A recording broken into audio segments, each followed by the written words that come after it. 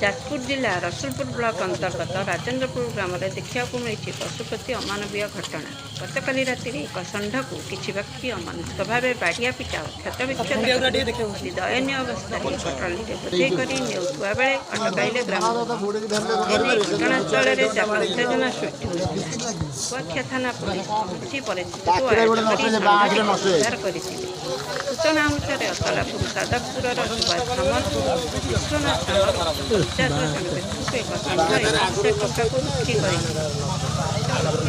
षंढटी को अति अमानुषिक भाव बाड़िया पिटा और दयनीय अवस्था ट्रली बोझे रास्तार नहीं राजेन्द्रपुर बजरंग दल मुख्य अम्य रंजन साहू और ग्रामवासी ट्रली को अटकाई षंढटी को उद्धार कर संपुक्त व्यक्ति मानक अटक रखिथिले। खबर पाई कुआखिया पुलिस घटनास्थल में पहुंची ग्रामवासी को बुझासुझा कर परिस्थिति को आयत्त करते। एने अम्यरंजन साहू और ग्रामवासी माने कुआखिया थाना लिखित अभियोग कर जमापड़ी। पुलिस ए संपर्क में सुभाष सामल और शेख तोफान थाना अटक रखी पचरा उचरा चलाई।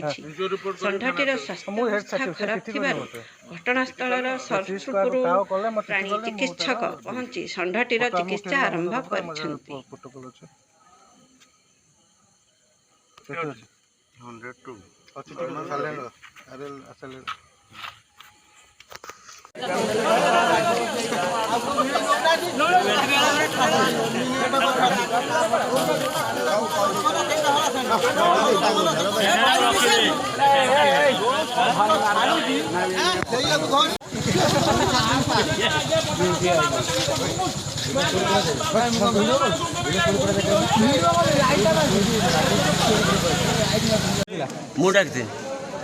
टली वाला पड़ेगा टली थुआई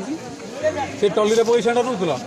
से टली ने 100 टका भड़ा नहीं था। अच्छा से जो सेंटू को आम देखु से जो रोला ता नांगर फांगर कौन छिड़ी से आगुर आगा खंडिया से तांगर खंडिया कोन होई छै मु कोन ताको धरी तू आगु देखला खंडिया ये कोन भाजो गली जाउता आगु देखला खंडिया या ता भीतर खंडिया के गला खंडिया ना या मुझे ता नांगर फांगर खंडिया अच्छा सेवा बदर कोडी के कार खाइतो के कोमड़े दिबे खंडिया करते मु कह देल में आ गया सेटा जानने काई में चक आउ जण को आइले पछू देखा बिसिया कोडे गला बेया बिसिया ना बिसिया के या साइड रे जोड़ी है की छोड़ी लो समर पेपर बारी